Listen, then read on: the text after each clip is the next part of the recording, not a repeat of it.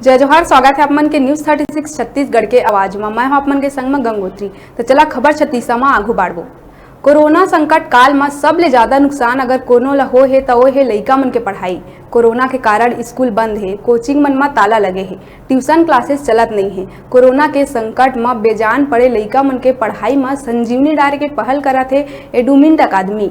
CBSE board के छात्र मन बर गणित के फ्री क्लास एडुमिंट अकादमी ऐप में शुरू करे गए है, जेन हा पूरा तरह ले ऑनलाइन माध्यम में है, जेन क्लास में हर कोई भी शामिल हो सकत है। ऑनलाइन माध्यम में एडुमिंट अकादमी ऐसा व्यवस्था है कि छात्र मन ला ये बिल्कुल भी एहसास नहीं हुआ कि ओमन घर में बैठ के पढ़ाई करत है।